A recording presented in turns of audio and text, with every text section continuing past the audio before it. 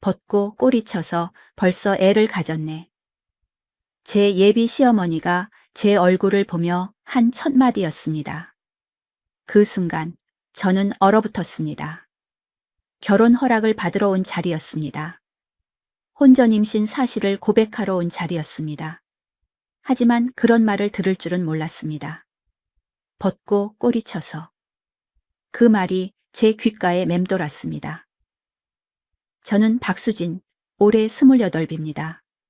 남자친구 김민호와 사귄 지 3년이 됐습니다. 저희는 결혼을 약속했고 그렇게 관계를 가졌습니다. 그리고 임신을 했습니다. 지금 임신 3개월입니다.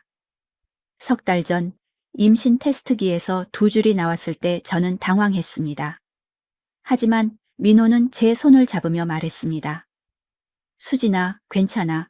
우리 결혼하자. 정말? 응. 어차피 결혼할 거였잖아. 조금 빨라진 것뿐이야. 민호의 말에 저는 안도했습니다. 고마워, 민호야. 수진아, 우리 부모님께 인사드리러 가자. 그래야겠지? 저는 떨렸습니다. 혼전 임신 사실을 부모님께 말씀드려야 한다니. 먼저 제 부모님께 말씀드렸습니다. 엄마, 아빠, 제가 임신했어요. 부모님은 놀라셨지만 이해해 주셨습니다. 수진아, 민호 씨가 책임지겠다고 했니? 네, 결혼하기로 했어요. 그래, 그럼 됐다. 엄마는 네가 행복하면 돼. 어머니가 저를 안아주셨습니다. 아버지도 한숨을 쉬시며 말씀하셨습니다. 민호 씨, 부모님께는 언제 말씀드릴 거니? 이번 주말에 갈 거예요. 알았다. 조심해서 다녀와라. 주말이 왔습니다. 민호와 저는 시댁으로 갔습니다. 경기도에 있는 큰 주택이었습니다. 수진아, 긴장하지 마. 우리 엄마 좋은 분이야. 응. 하지만 저는 긴장됐습니다. 왠지 불안했습니다. 집 안으로 들어갔습니다. 거실에는 예비 시어머니가 앉아 계셨습니다. 60대 초반으로 보였습니다. 단정한 옷차림에 차갑게 느껴지는 인상이었습니다. 엄마, 왔어요. 민호가 밝게 인사했습니다. 응, 왔구나. 시어머니의 목소리는 차가웠습니다. 그리고 저를 훑어봤습니다. 위에서 아래까지. 마치 물건을 평가하듯. 이 애가 수진이구나. 네. 안녕하세요. 박수진입니다. 저는 공손하게 인사했습니다. 시어머니는 대답하지 않았습니다. 그냥 소파에 앉으라는 손짓만 했습니다. 어색한 침묵이 흘렀습니다. 민호가 먼저 입을 열었습니다. 엄마, 말씀드릴 게 있어서 왔어요. 뭔데? 저희 결혼하려고요. 그래?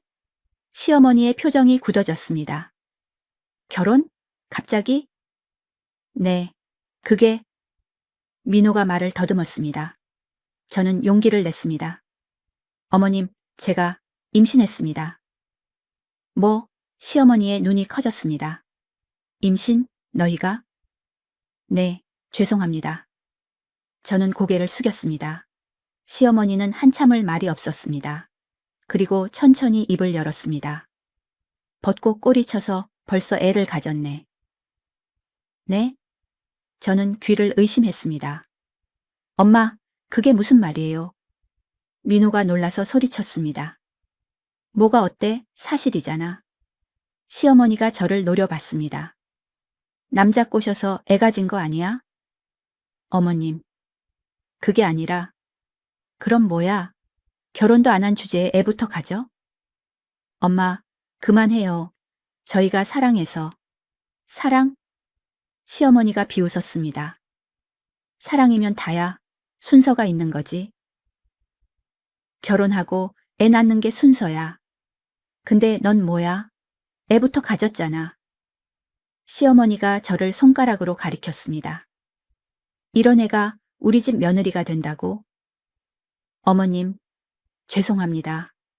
죄송하긴 이미 엎질러진 물인데. 시어머니가 한숨을 쉬었습니다. 민호야, 너 정말 이 애랑 결혼할 거야? 네, 제가 책임질게요. 책임? 네가 뭘 책임져? 엄마, 저 이제 30이에요. 결혼할 나이 됐어요. 30이면 뭐해? 아직 애야. 시어머니가 민호를 봤습니다. 엄마가 얼마나 너를 위해 살았는데. 알아요, 엄마. 아빠 없이 너 혼자 키우느라 엄마가 얼마나 고생했는지. 알아? 알아요. 그런데 이런 애를 데려와? 시어머니가 다시 저를 봤습니다. 눈빛이 차갑고 날카로웠습니다. 어머님, 정말 죄송합니다. 하지만 저희는 진심으로. 진심? 시어머니가 코웃음을 쳤습니다. 진심이면 피임을 했어야지. 남자 꼬실 생각만 하고. 엄마, 그만해요. 민호가 일어섰습니다. 수진이한테 그런 말 하지 마세요. 뭐, 넌 지금 엄마한테 소리 지르는 거야? 엄마가 먼저 수진이한테 심한 말 했잖아요. 심한 말, 난 사실을 말한 거야. 모자가 싸우기 시작했습니다. 저는 그 자리에 얼어붙어 있었습니다. 벗고 꼬리쳐서. 그 말이 계속 머릿속에 맴돌았습니다. 결국 그날은 아무것도 정하지 못하고 돌아왔습니다. 차 안에서 민호가 말했습니다. 수진아, 미안해. 엄마가 너무했어. 괜찮아. 괜찮지 않아. 내가 엄마한테 다시 말할게. 민호야. 응? 내 엄마, 날 정말 싫어하는 것 같아. 아니야. 갑작스러워서 그런 거야. 시간 지나면 괜찮아질 거야. 민호가 제 손을 잡았습니다. 하지만 저는 불안했습니다. 정말 괜찮아질까? 일주일 후 시어머니한테서 전화가 왔습니다. 수진이지? 네, 어머님. 결혼은 하되 조건이 있어. 조건이요? 혼수는 네가 다 준비해. 우리는 한 푼도 안 낼 거야. 네? 그리고 결혼식도 조촐하게 해. 창피하게 크게 할 생각 하지 마. 애 낳으면 내가 키울 거야. 넌 일 나가든지 해. 어머님, 그게 싫으면 결혼하지 마. 시어머니가 전화를 끊었습니다. 저는 멍하니 핸드폰을 내려다봤습니다. 눈물이 났습니다. 그날 밤 민호한테 말했습니다. 민호야, 너희 엄마가. 저는 통화 내용을 다 얘기했습니다. 민호는 화를 냈습니다. 엄마가 왜 그래? 내가 다시 말할게. 민호야, 괜찮아. 괜찮지 않아. 너무 심해. 민호야, 나 결혼 안 할까? 뭐? 내 엄마가 날 이렇게 싫어하는데 결혼해도 행복하지 않을 것 같아. 수진아. 민호가 저를 안았습니다. 절대 안 돼. 우리 꼭 결혼할 거야. 하지만 수진아, 내가 지킬게. 엄마한테서 너 지킬게. 정말? 응, 약속해. 민호의 눈빛이 진지했습니다. 저는 민호를 믿기로 했습니다. 2달 후 저희는 결혼했습니다. 작은 결혼식이었습니다. 하객은 양가 친척과 친구들만 왔습니다. 시어머니가 원한 대로 조촐하게 치렀습니다. 결혼식 당일 신부 대기실에서 시어머니가 저를 찾아왔습니다. 수진아. 네, 어머님. 오늘부터 우리 집 며느리네. 네. 며느리는 며느리답게 행동해야 해. 시어머니 말 잘 듣고 집안일 잘하고. 네, 어머님. 그리고 애 낳으면 내가 키울 거니까 넌 일 나가든지 해. 또 그 얘기였습니다. 어머님, 제가 키우면 안 될까요? 뭐? 시어머니의 눈빛이 날카로워졌습니다. 네가 뭘 안다고 애를 키워? 경험도 없으면서. 배우면 되잖아요. 배워? 애는 연습할 대상이 아니야. 내가 민호 키워봐서 안다. 애는 할머니가 키워야 해. 시어머니가 제 배를 보더니 말했습니다. 그리고 뭘 먹는지 조심해. 애 건강에 안 좋아. 네. 임신했다고 게으름 피우지 말고. 시어머니가 나갔습니다. 저는 거울 속 제 모습을 봤습니다. 웨딩드레스를 입은 신부. 하지만 전혀 행복해 보이지 않았습니다. 신혼집은 시댁 근처로 정했습니다. 시어머니가 원한 곳이었습니다. 애 낳으면 내가 봐줘야 하니까 가까운 데 살아야지. 민호는 어머니 말에 따랐습니다. 저는 반대했지만 민호가 설득했습니다. 수진아, 엄마가 애 봐주시면 편하잖아. 그래도 우리 둘 다 일해야 하는데 애 맡길 때가 필요해. 어린이집 보내면 되잖아. 엄마가 봐주시는 게 더 좋지. 공짜고. 결국 저는 승복했습니다. 결혼 일주일 후 시어머니가 찾아왔습니다. 수진아, 집 구경 왔어. 어서 오세요, 어머님. 시어머니는 집 안을 둘러봤습니다. 집이 좀 작네. 네. 청소는 잘하고 있어? 네, 매일 해요. 매일? 임신했는데 괜찮아? 네. 괜찮아요? 그래. 근데 부엌 좀 봐. 시어머니가 부엌으로 갔습니다. 싱크대를 손가락으로 문질렀습니다. 여기 물때 좀 봐. 이게 청소야? 죄송합니다. 며느리가 집 관리를 제대로 해야지. 네. 시어머니가 냉장고를 열었습니다. 뭐 이렇게 없어? 민호 밥은 제대로 챙겨주고 있어? 네. 매일 해드리고 있어요. 민호는 고기를 좋아하는데 고기 있어? 아, 오늘 장 보러 갈 예정이에요. 예정? 미리미리 준비해 놔야지. 시어머니가 한숨을 쉬었습니다. 민호가 고생하겠네. 시어머니는 일주일에 3번씩 찾아왔습니다. 올 때마다 뭔가를 지적했습니다. 청소가 부족해. 밥이 짜? 빨래를 제대로 안 개었네. 민호 와이셔츠에 주름이 있어. 저는 참으며 고쳤습니다. 하지만 시어머니는 계속 불만이었습니다.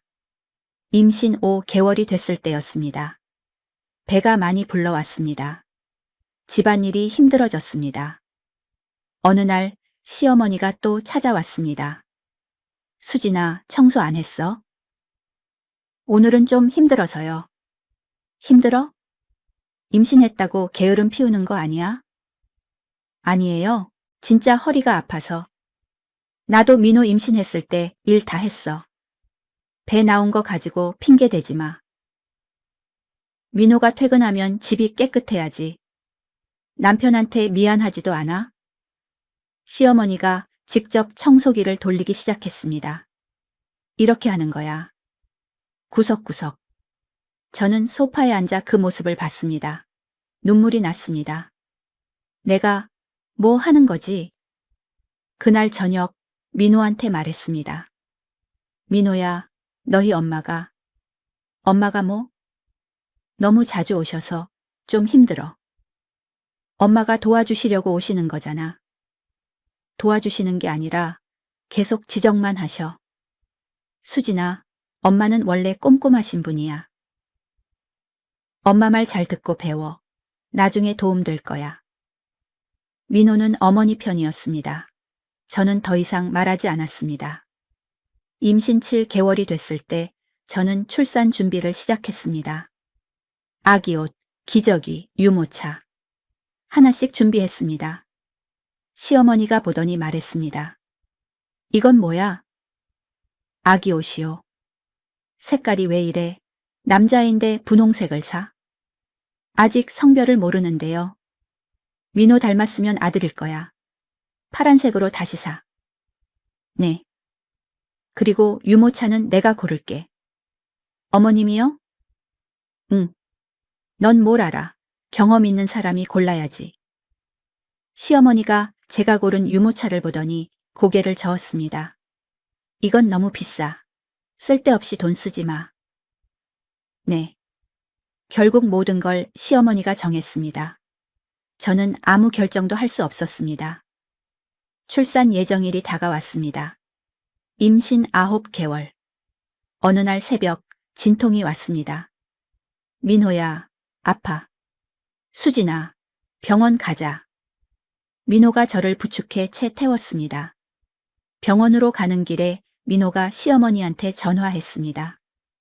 엄마, 수진이 진통 와서 병원 가요. 전화기 너머로 시어머니 목소리가 들렸습니다. 알았어. 내가 지금 갈게. 병원에 도착했습니다. 분만실로 들어갔습니다. 진통이 점점 심해졌습니다. 수진 씨, 힘내세요. 조금만 더요. 간호사가 격려했습니다. 3시간 후 아기가 나왔습니다. 우왕, 아기 울음소리. 축하합니다. 건강한 아들이에요. 간호사가 아기를 제게 안겨줬습니다. 작고 빨간 아기. 제 아들. 우리 아들. 눈물이 났습니다. 힘들었지만 이 순간만큼은 행복했습니다. 회복실로 옮겨졌습니다. 민호가 들어왔습니다. 수진아, 고생했어. 우리 아들 정말 잘생겼어. 그치? 민호가 제 손을 잡았습니다. 그때 시어머니가 들어왔습니다. 어디, 내 손주 좀 보자. 시어머니가 아기를 안았습니다. 어머, 민호 닮았네. 우리 아들 판박이야. 이름은 뭐로 할까? 내가 장명수 알아볼게. 어머님, 저희가 이미 이름 생각해뒀어요. 뭔데? 준우요. 김준우. 준우? 별로네. 다시 생각해봐. 시어머니가 아기만 보며 말했습니다. 저는 보지도 않았습니다. 애 낳았는데 수고했다는 말도 없네. 출산 후 일주일 산후조리원에 입원했습니다. 민호가 비용을 냈습니다. 수진아, 여기서 편히 쉬어. 고마워, 민호야. 하지만 시어머니는 불만이었습니다. 산후조리원? 돈 낭비야. 우리 집에서 조리하면 되지. 엄마, 수진이가 편하게 쉬어야 해요. 집에서도 쉴 수 있어. 괜히 돈만 쓰고. 시어머니가 투덜거렸습니다. 산후조리원에서의 일주일은 평화로웠습니다. 시어머니가 오지 않았으니까요. 간호사들이 아기를 돌봐주고 저는 몸을 회복했습니다. 이렇게 편할 수가. 하지만 일주일은 금방 지나갔습니다. 퇴원하는 날 시어머니가 왔습니다. 수진아, 오늘부터 우리 집에서 살아야지. 네? 애 키우는데 혼자 어떻게 해? 내가 도와줘야지. 어머님, 괜찮아요. 제가 할 수 있어요. 뭘 할 수 있어? 경험도 없으면서. 시어머니가 단호하게 말했습니다. 민호야, 짐 싸. 우리 집으로 가자. 네, 엄마. 민호는 어머니 말에 따랐습니다. 저는 반대했지만 소용없었습니다. 시댁으로 이사했습니다. 큰 집이었지만 제게는 감옥 같았습니다. 시어머니가 모든 걸 지배했습니다. 수진아, 애는 내가 볼 테니까 넌 집안일이나 해. 네. 아침은 7시까지 준비해. 민호가 출근해야 하니까. 네. 빨래는 매일 하고 청소도 매일 해. 네. 첫날부터 힘들었습니다. 새벽 5시에 일어나 아침을 준비했습니다. 출산한 지 일주일밖에 안 됐는데 몸이 말을 듣지 않았습니다. 허리가 아팠습니다. 하지만 참았습니다. 아침 7시 시어머니가 식탁에 앉았습니다. 밥 먹자. 민호도 나왔습니다. 수진아, 고마워. 응. 시어머니가 국을 떠먹더니 인상을 찌푸렸습니다. 짜. 죄송해요. 며느리가 간도 제대로 못 맞춰? 다음부터 조심할게요. 조심이 아니라 제대로 해야지. 시어머니가 한숨을 쉬었습니다. 아침 내내 분위기가 무거웠습니다. 민호가 출근하고 시어머니와 저만 남았습니다. 아기는 방에서 자고 있었습니다. 수진아, 설거지 하고 청소해. 네, 어머님. 그리고 오늘 빨래도 많으니까 다 해놔. 네. 저는 설거지를 시작했습니다. 하지만 몸이 너무 무거웠습니다. 출산 후유증이 아직 남아 있었습니다. 힘들어. 설거지를 하는데 아기가 울기 시작했습니다. 우왕! 저는 급하게 손을 닦고 방으로 달려갔습니다. 하지만 시어머니가 이미 아기를 안고 있었습니다. 괜찮아, 괜찮아. 할머니가 여기 있어. 아기가 진정됐습니다. 어머님, 제가 할게요. 괜찮아. 넌 집안일이나 해. 하지만 제 아기인데요. 아기는 내가 볼 거라고 했잖아. 시어머니가 저를 쳐다보지도 않고 말했습니다. 저는 할 말을 잃었습니다. 점심 준비를 했습니다. 시어머니가 아기를 안고 주방으로 왔습니다. 수진아, 점심은 뭐야? 된장찌개 끓이려고요. 된장찌개? 아침에도 국이었잖아. 그럼 뭐 해드릴까요? 생선구이 해. 냉장고에 고등어 있어. 네. 저는 생선을 구웠습니다. 하지만 불 조절에 실패해서 조금 탔습니다. 이게 뭐야? 타잖아. 죄송해요. 며느리가 요리도 제대로 못하네. 시어머니가 혀를 찼습니다. 민호가 이런 걸 먹고 살아야 하나. 저는 눈물이 날 것 같았습니다. 오후 빨래를 했습니다. 시어머니가 빨래를 보더니 말했습니다. 이게 뭐야? 하얀 옷이랑 색깔 옷이랑 같이 빨았어. 네? 색깔 옷 때문에 하얀 옷이 물들잖아. 죄송해요. 상식도 없어? 빨래도 구분해서 해야지. 시어머니가 화를 냈습니다. 저는 또 사과했습니다. 정말 죄송합니다. 사과는 제대로 해. 시어머니가 빨래를 다시 하라고 했습니다.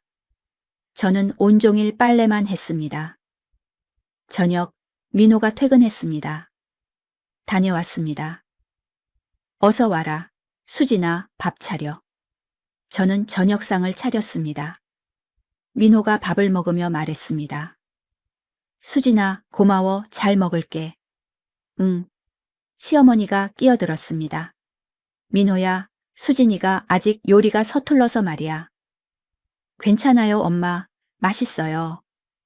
서툰 건 맞잖아. 오늘도 생선 태우고. 저는 고개를 숙였습니다. 민호는 아무 말도 하지 않았습니다. 밤, 아기가 울었습니다. 우왕! 저는 일어나려고 했습니다. 하지만 시어머니가 먼저 일어났습니다. 내가 볼게. 넌 자. 어머님, 제가 할게요. 괜찮아. 엄마가 젖병 줄 테니까. 시어머니가 아기를 안고 나갔습니다. 저는 침대에 누워 천장을 봤습니다. 내 아기인데 내가 돌보지도 못하네. 눈물이 났습니다. 일주일이 지났습니다. 저는 하루하루가 지옥 같았습니다. 새벽부터 밤까지 집안일만 했습니다. 아기는 시어머니가 돌봤습니다. 저는 아기를 안아볼 시간도 없었습니다. 어느 날 시어머니가 말했습니다. 수진아, 넌 저지 안 나오지? 아니요, 나와요. 얼마나? 많이 나와? 조금씩 나와요. 조금? 그럼 분유 먹여야겠네? 어머님, 모유 수유하고 싶어요. 모유? 너 저 적게 나오잖아. 애가 배고파 하겠어. 하지만 분유가 더 좋아. 영양도 많고. 시어머니가 단호하게 말했습니다. 오늘부터 분유 먹일 거야. 저는 반대할 수 없었습니다. 그날 밤 민호한테 말했습니다. 민호야, 나 힘들어. 뭐가? 너희 엄마가 너무 힘들게 해. 엄마가 뭘? 집안일도 너무 많고 아기도 못 보게 하고. 수진아, 엄마는 도와주시려고 그러는 거야. 도와주는 게 아니야. 나를 부려먹는 거야. 수진아, 민호가 화를 냈습니다. 엄마한테 그런 말 하지 마. 엄마가 우리 도와주시는데 고마워해야지. 민호는 어머니 편이었습니다. 저는 더 이상 말하지 않았습니다. 한 달이 지났습니다. 저는 점점 지쳐갔습니다. 산후 우울증이 왔습니다. 매일 울었습니다. 하지만 누구도 알아주지 않았습니다. 어느 날 시어머니가 또 말했습니다. 수진아, 너 살 좀 빠져야겠다. 네? 출산했다고 이렇게 살쪄 있으면 안 되지. 민호가 너 보고 뭐라고 생각하겠어? 운동 좀 해. 집안일 하면서 움직여. 시어머니는 제 외모까지 지적했습니다. 저는 거울을 봤습니다. 초췌한 얼굴, 늘어진 배. 나, 이렇게 됐구나. 그날 밤, 저는 결심했습니다. 이대로는 안 돼. 뭔가 해야 해. 저는 핸드폰을 꺼냈습니다. 인터넷에 검색했습니다. 시어머니 폭언 대응 방법 여러 글이 나왔습니다. 증거를 모아라. 녹음을 하라. 법적 대응을 준비하라. 저는 그 글들을 읽으며 계획을 세우기 시작했습니다. 그래. 증거를 모으자. 시어머니가 한 말들을 다 기록하자. 다음 날부터 저는 핸드폰 녹음 기능을 켰습니다. 시어머니와 대화할 때마다 녹음했습니다. 수진아, 이게 청소야? 죄송해요. 며느리가 집 관리를 제대로 못하네. 녹음. 수진아, 밥이 또 짜. 죄송해요. 요리도 제대로 못하면서 며느리 자격이 있어? 녹음. 수진아, 너네 엄마 자격이 없어. 어머님. 벗고 꼬리쳐서 애 가진 주제에 뭘 알아? 녹음. 저는 모든 걸 기록했습니다. 2달이 지났습니다. 저는 매일 시어머니의 폭언을 녹음했습니다. 핸드폰에 녹음 파일이 쌓여갔습니다. 30개, 40개, 50개. 증거는 충분했습니다. 아기 준우는 3달이 됐습니다. 하지만 저는 제대로 안아보지도 못했습니다. 시어머니가 항상 아기를 독차지했습니다. 우리 준우, 할머니가 제일 좋지? 엄마는 일만 하니까 할머니가 돌봐줘야지. 시어머니는 아기를 자기 방으로 데려갔습니다. 밤에도 아기를 자기 방에서 재웠습니다. 저는 아기와 같은 방을 쓰지도 못했습니다. 내 아기인데. 어느 날 시어머니가 말했습니다. 수진아, 넌 이제 일 나가야겠다. 네? 애는 내가 볼 테니까 넌 돈이나 벌어와. 어머님, 준우가 아직 어린데. 그래서 내가 봐준다잖아. 하지만 제가 키우고 싶어요. 뭘 키워? 경험도 없으면서. 시어머니가 단호하게 말했습니다. 다음 달부터 일 나가. 알았지? 저는 대답하지 못했습니다. 그날 밤 민호한테 말했습니다. 민호야, 너희 엄마가 나보고 일 나가래. 그래? 좋은데? 뭐? 우리 돈 필요하잖아. 수진이도 일하면 좋지. 하지만 준우는 엄마가 봐주신다잖아. 걱정 마. 민호야, 나, 준우 내가 키우고 싶어. 수진아, 엄마가 봐주시는 게 더 좋아. 경험도 많으시고. 그리고 우리 대출도 갚아야 하고 생활비도 필요해. 민호는 어머니 편이었습니다. 저는 또다시 무력감을 느꼈습니다. 일주일 후 저는 일자리를 구했습니다. 동네 마트 계산원이었습니다. 시급 10,000원, 하루 8시간. 오전 9시부터 오후 5시까지. 첫 출근 날 저는 준우를 시어머니한테 맡겼습니다. 어머님, 준우 잘 부탁드려요. 알았어, 걱정 마. 혹시 우유 안 먹으면 이렇게 해주시고. 알아, 내가 민호 키워봤다고. 넌 일이나 잘해. 저는 뒤돌아보며 집을 나섰습니다. 준우가 시어머니 품에 안겨 있었습니다. 가슴이 아팠습니다. 마트에서 일하는 동안 계속 준우 생각이 났습니다. 잘 있을까? 우유는 먹었을까? 울지는 않았을까? 일에 집중할 수 없었습니다. 퇴근 후 집에 돌아왔습니다. 시어머니가 준우를 안고 있었습니다. 어머님, 준우 괜찮았어요? 응, 잘 놀았어. 제가 안아볼게요. 저는 준우를 안으려고 했습니다. 하지만 시어머니가 비켜섰습니다. 넌 밖에서 일하고 왔잖아. 손부터 씻어. 네. 손을 씻고 돌아왔습니다. 하지만 시어머니는 여전히 준우를 안고 있었습니다.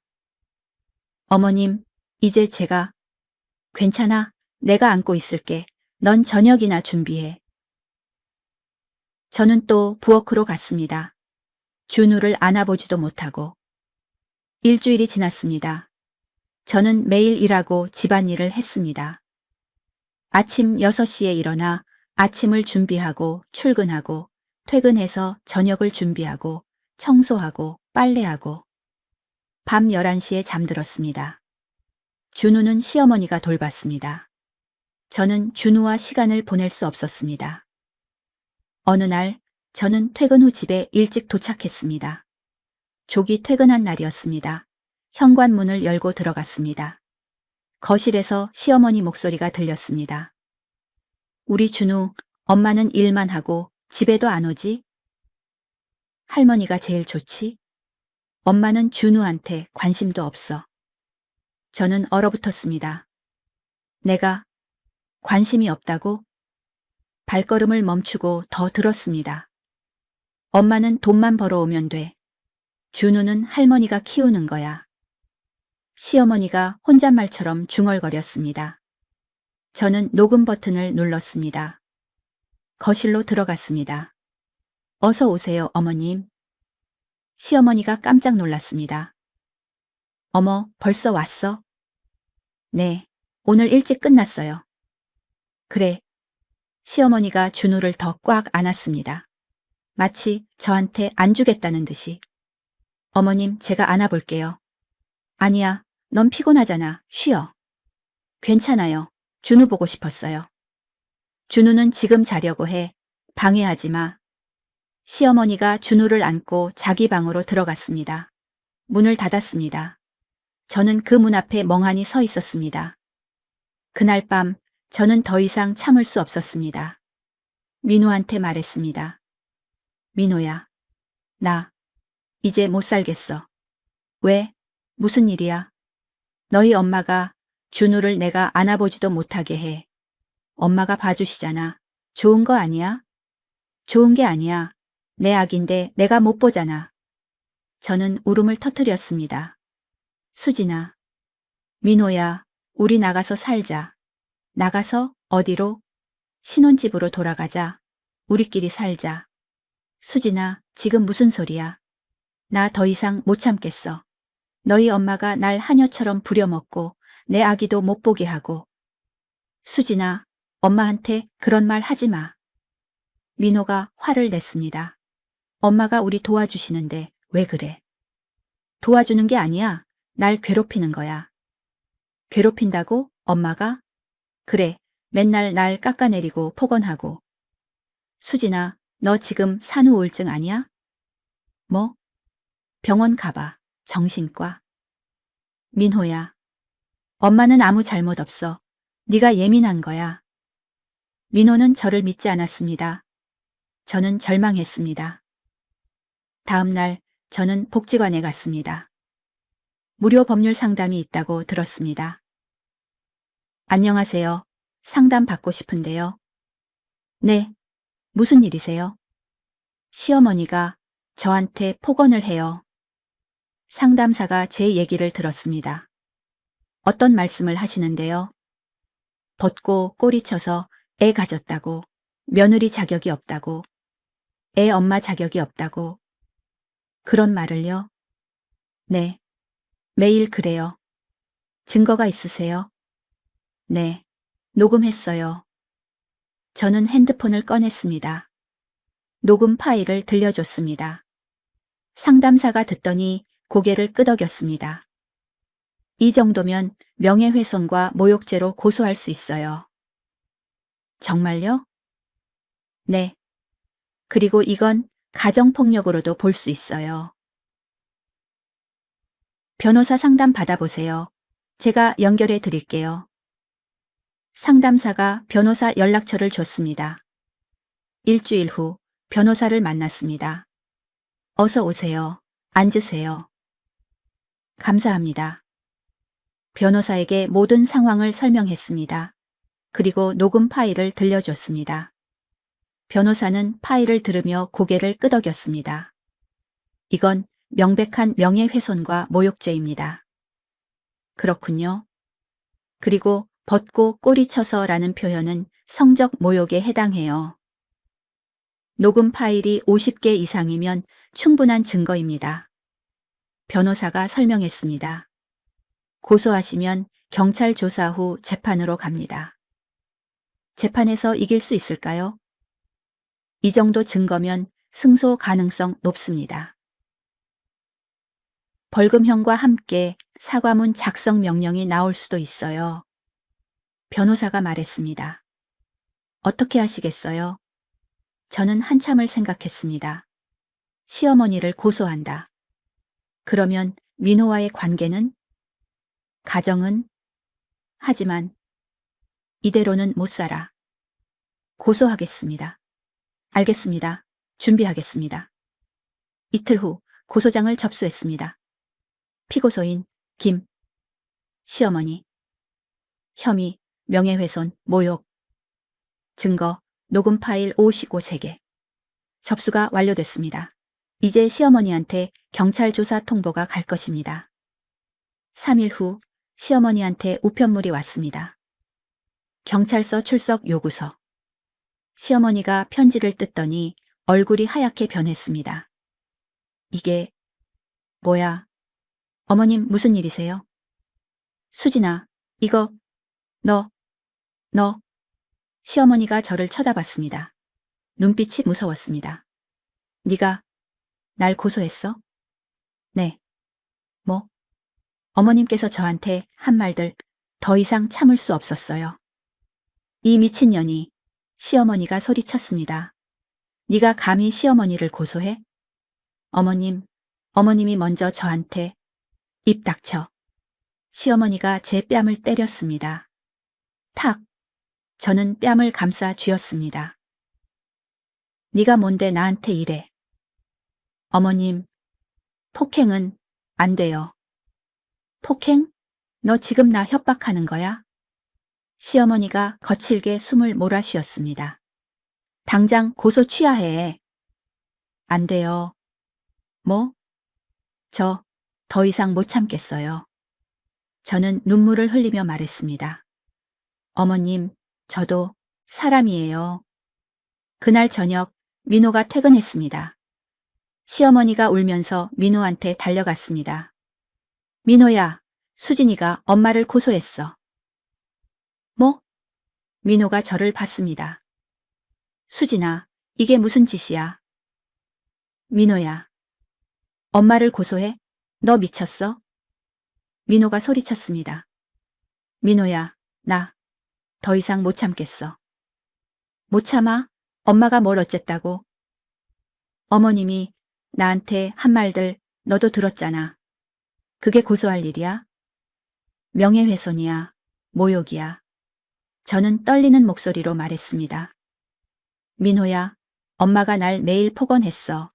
벗고 꼬리쳐서 애가 졌다고. 며느리 자격 없다고. 그건 엄마가 화나서 한 말이잖아. 화나서 한 말이면 괜찮아? 수진아. 민호가 저를 노려봤습니다. 당장 고소 취하해. 싫어. 뭐? 나 더 이상 안 취하겠어. 저는 단호하게 말했습니다. 민호야, 나도 사람이야. 이렇게 살 수 없어. 수진아, 너. 민호가 말을 잇지 못했습니다. 시어머니가 울부짖었습니다. 민호야, 저 년을 내쫓아, 당장. 엄마를 고소하는 년을 어떻게 며느리로 둬. 엄마, 민호야, 이혼해. 당장 이혼해.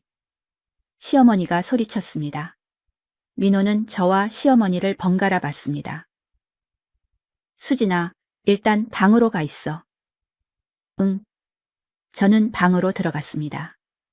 밖에서 시어머니와 민호가 대화하는 소리가 들렸습니다. 민호야, 저 년이랑 헤어져야 해. 엄마, 진정하세요. 진정해? 엄마를 고소했는데. 목소리가 점점 커졌습니다. 저는 귀를 막았습니다. 1시간 후 민호가 방으로 들어왔습니다. 수진아. 응. 고소 취하해 줄 수 없어? 싫어. 수진아, 제발. 민호야, 나 진짜 힘들었어. 저는 울면서 말했습니다. 어머님이 날 매일 폭언하고 준우도 못 보게 하고 나를 하녀처럼 부려먹었어. 너는 한 번도 내 편을 들어준 적 없어. 수진아. 맨날 어머님 편만 들고 나한테는 참으래. 눈물이 멈추지 않았습니다. 민호야, 나 사람이야. 감정이 있어. 알아.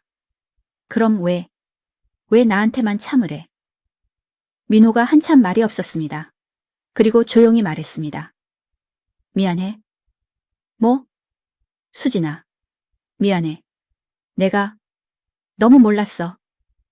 민호가 고개를 숙였습니다. 엄마만 생각하고 너 생각은 안 했어. 민호야. 미안해. 정말 미안해. 민호가 저를 안았습니다. 저는 민호 품에서 울었습니다. 다음 날 경찰서에서 연락이 왔습니다. 고소인 박수진 씨죠? 네. 피고소인 조사 일정 잡았습니다. 2주일 후 출석하시면 됩니다. 네, 알겠습니다. 2주일 동안 집 분위기는 최악이었습니다. 시어머니는 저를 쳐다보지도 않았습니다. 밥도 따로 먹었습니다. 준우도 절대 저한테 안 안겨줬습니다. 어머님, 준우 좀. 넌 내 손주 만지지 마. 고소한 년이 무슨 낯짝으로 내 손주를 만져? 시어머니는 준우를 데리고 자기 방으로 들어갔습니다. 민호와 상의했습니다. 민호야, 우리 나가서 살자. 응? 여기서는 못 살겠어. 그래. 민호가 고개를 끄덕였습니다. 알았어. 신혼집으로 돌아가자. 정말? 응. 이제 우리끼리 살자. 민호가 제 손을 잡았습니다. 사흘 후 저희는 짐을 쌌습니다. 시어머니가 보더니 비웃었습니다. 나가? 어디로? 신혼집으로 갈게요. 민호가 대답했습니다. 신혼집? 거기서 어떻게 살 건데? 제가 알아서 할게요. 애는? 준우도 데려갈게요. 안 돼. 시어머니가 소리쳤습니다. 준우는 여기 있어야 해. 엄마, 준우는 우리 아들이에요. 내가 키웠어. 내 손주야. 엄마, 법적으로는 저희 아들이에요.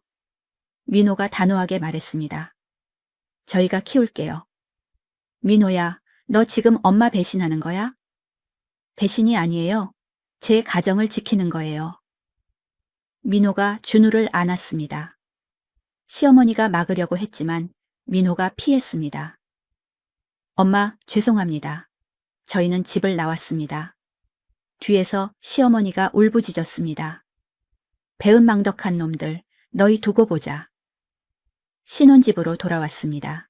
4개월 만이었습니다. 다시 왔네. 응. 집은 먼지가 쌓여 있었습니다. 저희는 청소를 시작했습니다. 준우는 요람해서 자고 있었습니다. 수진아, 이제 우리끼리 잘 살자. 응. 저는 처음으로 웃었습니다. 일주일 후 경찰서에 출석했습니다. 조사실에 들어갔습니다. 경찰관이 물었습니다. 고소인 박수진 씨, 맞으시죠? 네. 피고소인 김아 씨에 대한 명예훼손 및 모욕 혐의로 고소하셨는데 증거 제출해 주세요. 저는 핸드폰을 꺼냈습니다. 녹음 파일을 USB에 옮겨서 제출했습니다. 총 53개 파일입니다. 네, 확인하겠습니다. 경찰관이 파일을 들었습니다. 벗고 꼬리쳐서 벌써 애를 가졌네. 며느리 자격이 없어. 애 엄마 자격도 없어. 남자 꼬신 주제에. 시어머니의 목소리가 조사실에 울려 퍼졌습니다. 경찰관이 고개를 끄덕였습니다. 이 정도면 충분한 증거입니다. 네. 피고소인한테 출석 요구하겠습니다. 이틀 후 시어머니가 경찰서에 출석했습니다. 저도 같은 날 출석했습니다. 복도에서 시어머니와 마주쳤습니다. 시어머니가 저를 노려봤습니다. 눈빛이 차갑고 날카로웠습니다. 하지만 저는 피하지 않았습니다. 똑바로 봤습니다. 시어머니가 먼저 시선을 돌렸습니다. 조사가 시작됐습니다. 시어머니 조사실에서 목소리가 들렸습니다. 이게 무슨 짓이에요? 며느리가 시어머니를 고소해? 부인, 진정하시고 질문에 답해 주세요. 저는 잘못한 게 없어요. 녹음 파일 들어보셨죠? 벗고 꼬리 쳐서라는 발언 하셨습니까?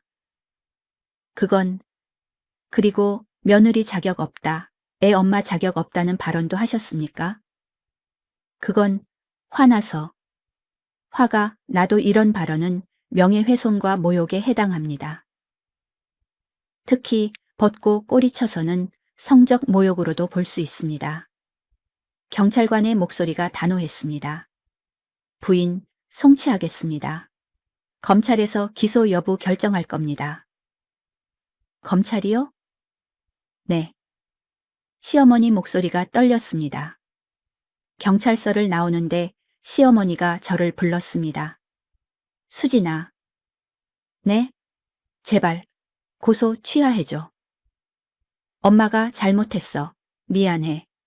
시어머니가 처음으로 사과했습니다. 하지만 저는 고개를 저었습니다.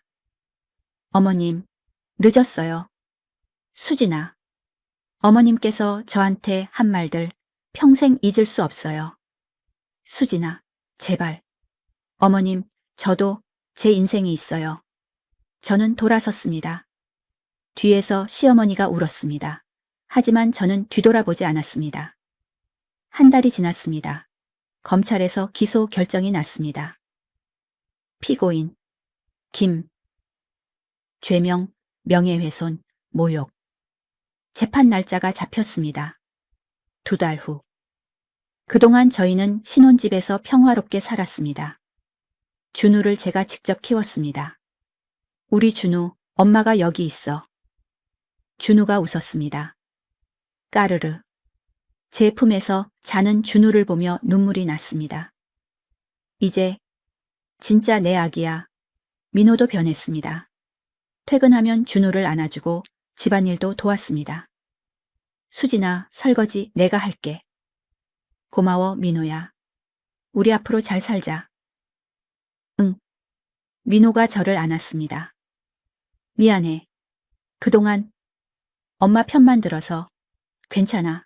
이제는 우리 편이잖아. 응. 이제는 우리 가족이 제일 중요해. 2달이 지났습니다.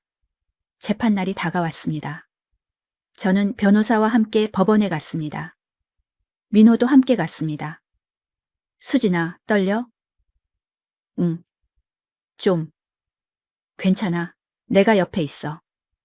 민호가 제 손을 잡았습니다. 법정에 들어갔습니다. 시어머니도 와 있었습니다. 변호사를 선임한 것 같았습니다. 시어머니는 저를 보지 않았습니다. 그냥 고개를 숙이고 앉아 있었습니다. 판사가 들어왔습니다. 재판을 시작하겠습니다. 피고인 김함에 대한 명예훼손 및 모욕 혐의 사건입니다. 원고 측 주장하세요. 제 변호사가 일어났습니다. 원고 박수진 씨는 피고인 김하의 며느리입니다. 피고인은 원고에게 지속적으로 명예를 훼손하고 모욕하는 발언을 했습니다. 변호사가 증거를 제출했습니다. 녹음 파일 53개를 제출합니다. 판사가 파일을 확인했습니다. 재생해 보겠습니다. 법정에 시어머니 목소리가 울려 퍼졌습니다. 벗고 꼬리쳐서 벌써 애를 가졌네. 시어머니가 고개를 더 숙였습니다. 남자 꼬신 주제에 며느리 자격이 있어? 애 엄마 자격도 없어. 경험도 없으면서 뭘 알아? 너는 하녀야. 집안일이나 해. 녹음이 계속 재생됐습니다. 5분, 10분, 15분. 법정이 조용했습니다. 모두가 녹음을 들었습니다. 시어머니의 얼굴이 점점 창백해졌습니다. 녹음이 끝났습니다. 판사가 물었습니다. 피고인, 이 발언들이 피고인 목소리 맞습니까? 네. 시어머니가 작은 목소리로 대답했습니다. 이런 발언을 한 이유가 있습니까? 저는 그냥 시어머니가 말을 잇지 못했습니다. 며느리가 혼전 임신을 해서 화가 났습니다. 화가 났다고 이런 발언을 해도 된다고 생각하십니까? 아니요. 그렇다면 왜 지속적으로 이런 발언을 했습니까? 죄송합니다. 판사가 고개를 끄덕였습니다. 피고인 측, 변론하세요. 시어머니 변호사가 일어났습니다. 피고인은 혼자서 아들을 키운 홀어머니입니다. 아들에 대한 애정이 과했고 그것이 며느리에게 과한 발언으로 이어졌습니다. 하지만 피고인은 아기가 있었던 것은 아닙니다. 단지 며느리를 더 잘 가르치려는 의도였습니다. 변호사가 변론했습니다.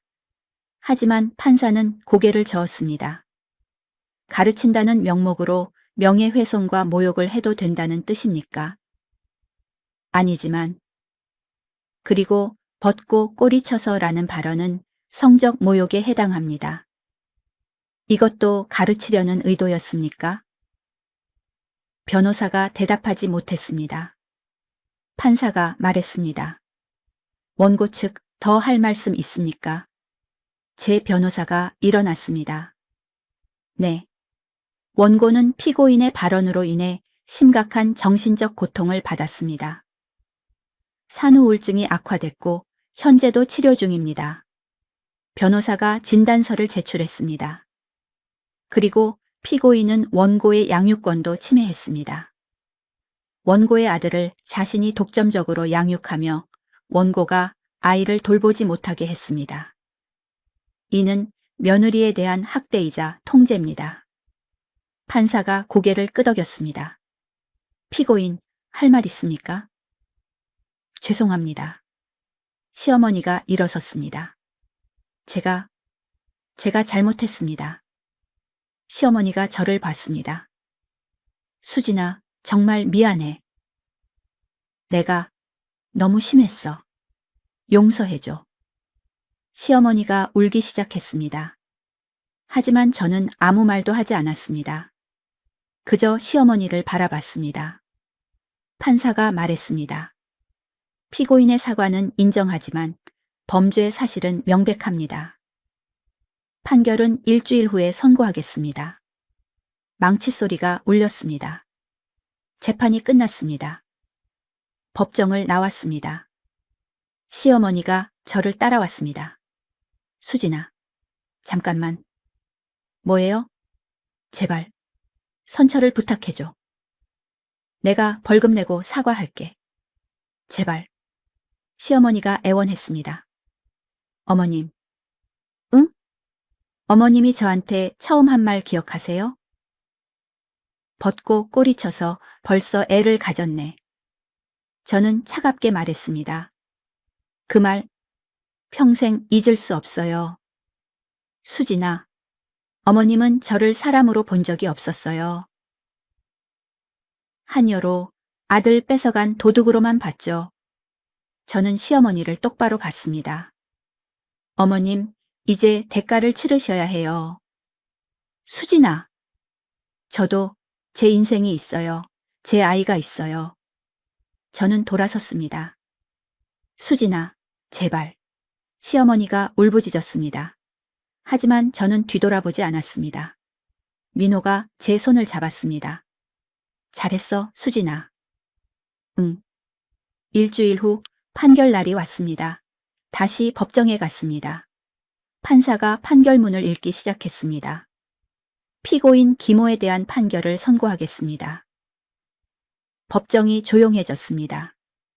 피고인은 며느리인 원고에게 지속적으로 명예를 훼손하고 모욕하는 발언을 했습니다. 특히 벗고 꼬리쳐서라는 발언은 심각한 성적 모욕에 해당합니다. 이는 명백한 범죄 행위입니다. 판사가 망치를 들었습니다. 따라서 본 법원은 다음과 같이 판결합니다. 피고인 김엄에게 벌금 300만 원을 선고합니다. 망치 소리가 울렸습니다. 그리고 피고인은 원고에게 서면으로 사과문을 작성하여 제출해야 합니다. 사과문 미제출 시 추가 처벌이 있을 수 있습니다. 판사가 판결문을 내려놓았습니다. 이상입니다. 시어머니가 그 자리에 주저앉았습니다. 안 돼. 벌금 300만 원. 그리고 사과문 시어머니의 얼굴이 창백했습니다. 법정을 나왔습니다. 변호사가 축하했습니다. 수진 씨, 승소하셨어요? 감사합니다. 이제 피고인은 일주일 안에 사과문을 제출해야 해요. 네. 그리고 벌금도 납부해야 하고요. 변호사가 웃었습니다. 잘 이겨내셨어요. 집으로 돌아오는 길 민호가 말했습니다. 수진아, 고생했어. 응. 이제 엄마도 정신 차렸을 거야. 그럴까? 응. 벌금도 내고 사과문도 써야 하니까. 민호가 한숨을 쉬었습니다. 엄마, 많이 충격 받으셨을 거야. 그래도 어쩔 수 없어. 어머님이 저한테 한 짓을 생각하면. 알아. 엄마가 잘못했어. 민호가 제 손을 잡았습니다. 수진아, 우리 이제 행복하게 살자. 응. 사흘 후 시어머니한테서 우편물이 왔습니다. 사과문. 저는 봉투를 뜯었습니다. 사과문. 수진에게. 그동안 내가 너에게 한 말과 행동에 대해 진심으로 사과합니다. 뻗고 꼬리쳐서라는 말은 절대 해서는 안 될 말이었습니다. 며느리 자격이 없다, 애엄마 자격이 없다는 말도 잘못된 말이었습니다. 나는 너를 존중하지 않았고 사람으로 대하지 않았습니다. 그것이 얼마나 큰 잘못인지 이제 깨달았습니다. 정말 미안합니다. 김, 올림. 사과문을 읽으며 눈물이 났습니다. 하지만 슬픈 눈물이 아니었습니다. 후련한 눈물이었습니다. 드디어 끝났어. 민호가 사과문을 보더니 말했습니다. 엄마가 진심으로 반성하신 것 같아. 그래 보이네. 수진아, 엄마 용서해 줄 수 있어? 저는 한참을 생각했습니다. 민호야, 용서는 아직 모르겠어. 그렇구나. 하지만 이제는 마음이 좀 편해졌어. 응. 어머님이 잘못을 인정했으니까. 저는 사과문을 내려놓았습니다. 민호야, 우리 이제 앞만 보고 살자. 그래, 그러자. 하지만 이것으로 끝이 아니었습니다. 시어머니한테는 아직 한 가지가 남아 있었습니다. 제가 준비한 마지막 한 방이. 판결 다음 날 저는 민호와 대화했습니다. 민호야, 나 결심한 게 있어. 뭔데? 어머님, 평생 준우 못 보게 할 거야. 뭐? 민호가 놀랐습니다. 수진아, 그건 너무 심한 거 아니야? 심해? 저는 민호를 똑바로 봤습니다. 민호야, 어머님이 나한테 한 짓 기억해? 내가 준우 안으려고 할 때마다 빼앗으셨잖아. 그건 너네 엄마 자격 없어 라고 하셨잖아.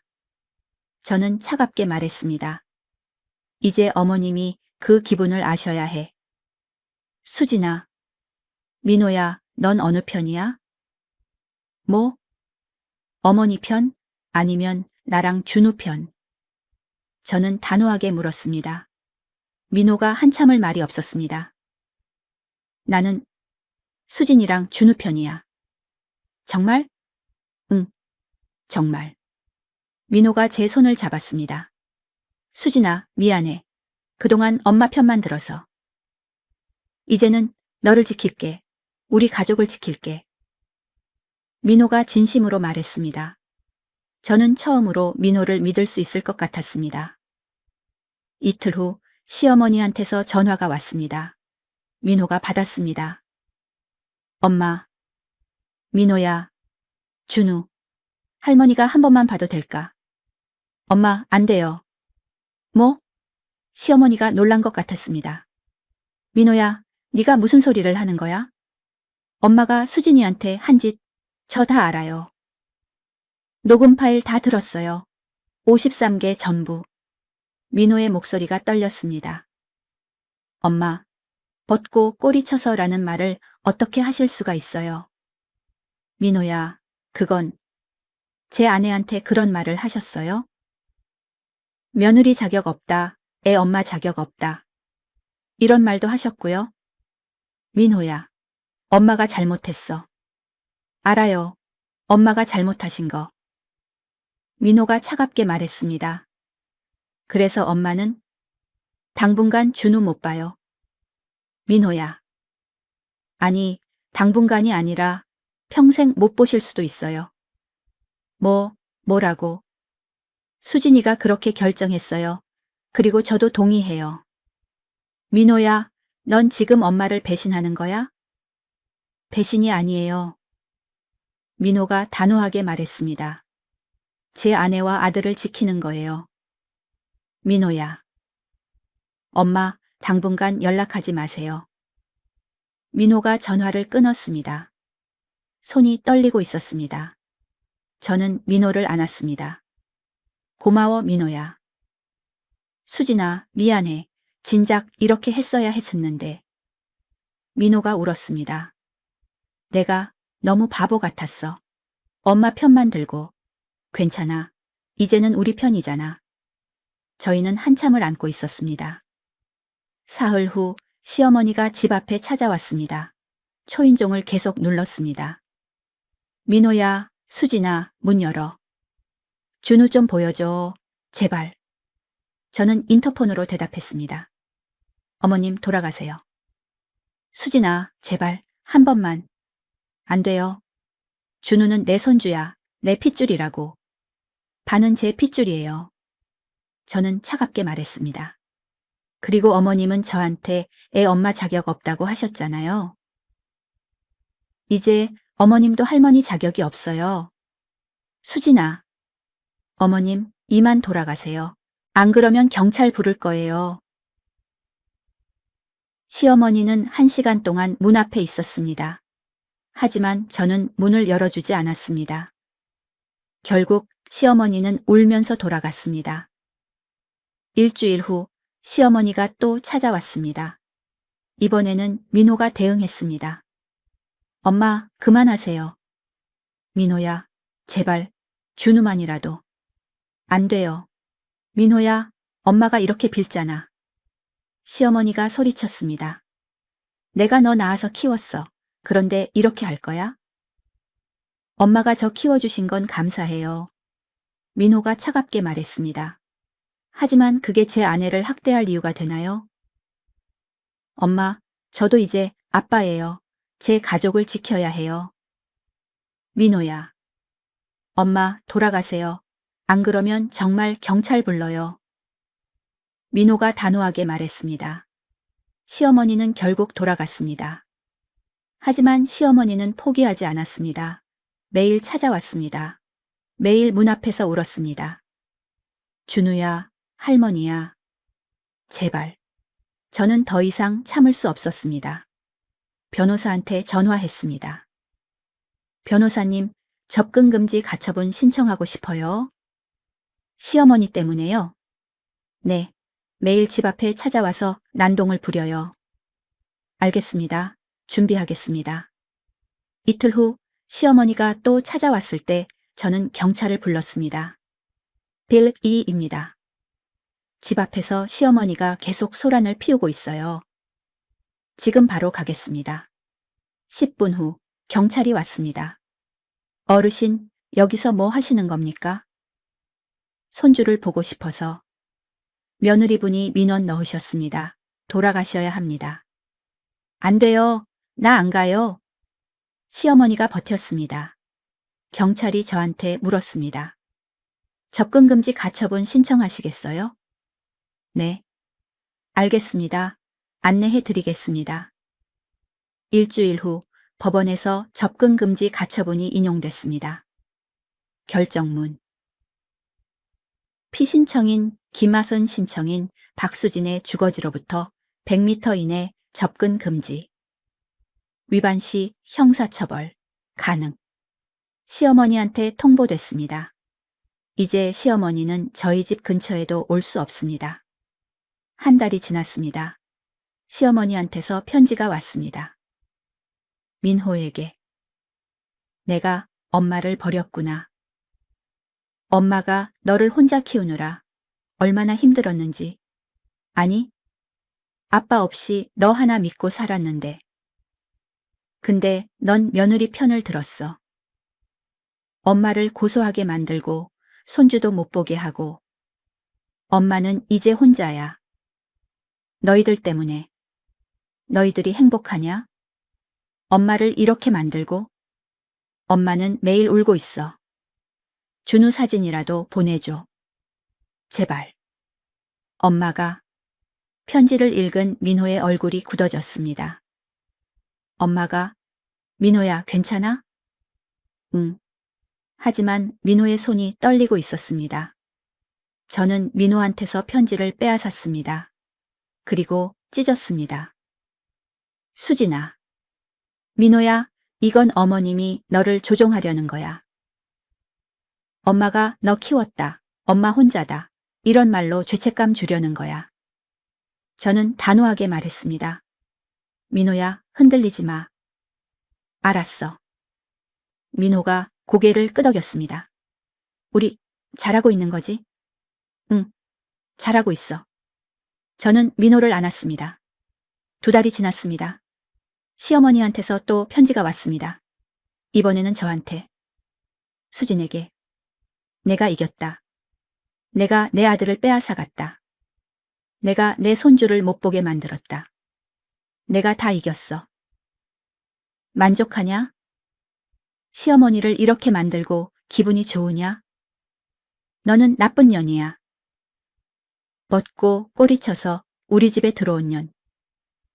너 때문에 우리 가족이 망가졌어. 너 두고 보자. 김. 편지를 읽고 저는 웃음이 났습니다. 역시 변하지 않으셨네. 저는 편지를 민호한테 보여줬습니다. 민호가 읽더니 얼굴이 창백해졌습니다. 엄마가 아직도, 응, 아직도 반성 안 하셨어. 미안해, 수진아. 괜찮아. 이제 확실히 알았잖아. 저는 편지를 찢었습니다. 민호야, 이제 어머님 편지 오면 다 버리자. 응. 전화 와도 받지 말고. 알았어. 민호가 핸드폰을 꺼냈습니다. 시어머니 전화번호를 차단했습니다. 이제 정말 끝이야. 응, 끝이야. 3달이 지났습니다. 준우는 돌이 지났습니다. 까르르. 준우가 웃으며 걸어 다녔습니다. 우리 아들 잘한다. 저는 준우를 안아 올렸습니다. 민호도 웃었습니다. 수진아, 우리 잘 살고 있지? 응, 정말 잘 살고 있어. 엄마 없이도 잘 살 수 있네. 당연하지. 저는 웃었습니다. 우리는 우리끼리 잘 살 거야. 그날 밤 저는 준우를 재우며 중얼거렸습니다. 준우야, 너는 할머니를 모를 거야. 할머니는 엄마한테 나쁜 사람이었거든. 그래서 엄마가 너를 지킬 거야. 할머니한테서. 준우가 잠들었습니다. 저는 준우를 보며 다짐했습니다. 평생 어머님은 준우를 못 볼 거야. 이게 어머님이 받아야 할 대가야. 재판이 끝나고 1달이 지났습니다. 저희는 평화롭게 살고 있었습니다.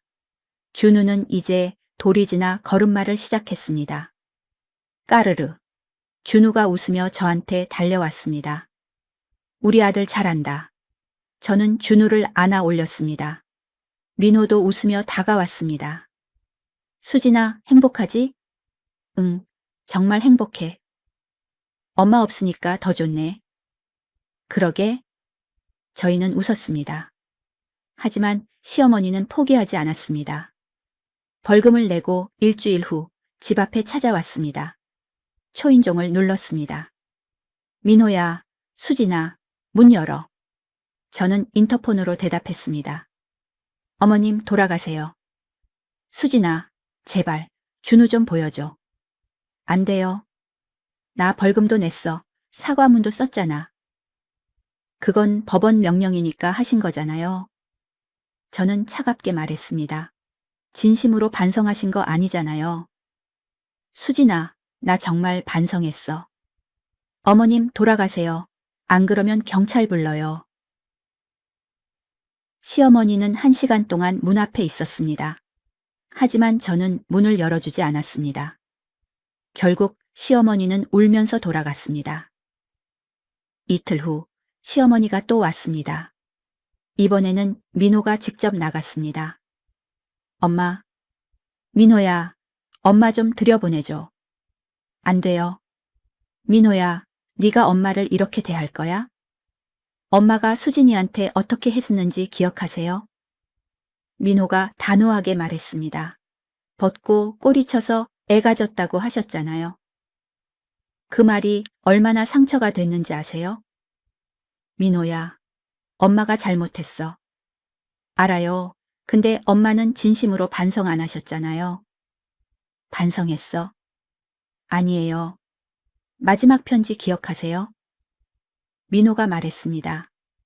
벗고 꼬리쳐서 우리 집에 들어온 년이라고 또 쓰셨잖아요. 시어머니의 얼굴이 창백해졌습니다. 그건 내가 화가 나서. 엄마, 화가 나면 그런 말 해도 돼요? 엄마, 돌아가세요. 민호야. 엄마, 이제 저희한테 연락하지 마세요. 민호가 문을 닫았습니다. 그날부터 시어머니는 매일 찾아왔습니다. 매일 문 앞에서 울었습니다. 저는 더 이상 참을 수 없었습니다.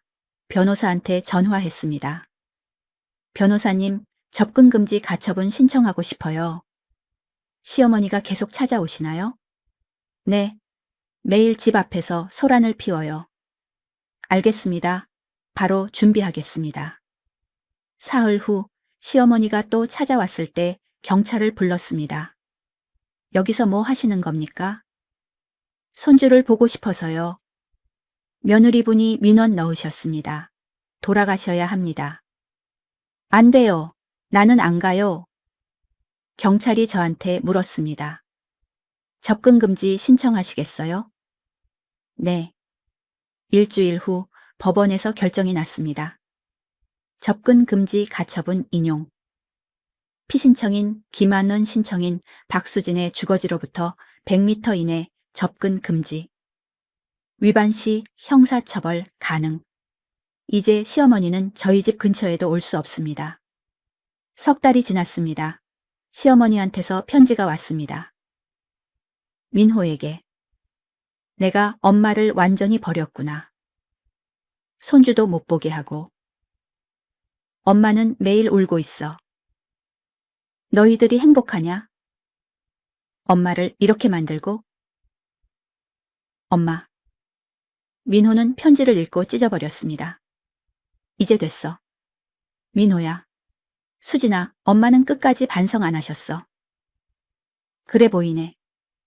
그러니까 우리가 잘하고 있는 거야. 민호가 제 손을 잡았습니다. 6개월이 지났습니다. 준우는 이제 두 돌이 가까워졌습니다. 엄마, 엄마, 말도 잘합니다. 어느 날 마트에서 장을 보고 있었습니다. 멀리서 누군가 저희를 보고 있었습니다. 시어머니였습니다. 100m 밖에서. 접근금지선 때문에 가까이 올 수 없었습니다. 시어머니는 그저 멀리서 준우를 바라만 봤습니다. 저는 시어머니와 눈이 마주쳤습니다. 시어머니가 손을 흔들었습니다. 하지만 저는 고개를 돌렸습니다. 준우를 안고 반대편으로 갔습니다. 집으로 돌아오는 길 민호한테 말했습니다. 오늘 마트에서 어머님 봤어. 정말? 응, 멀리서 준우 보고 계셨어. 100m 밖에서.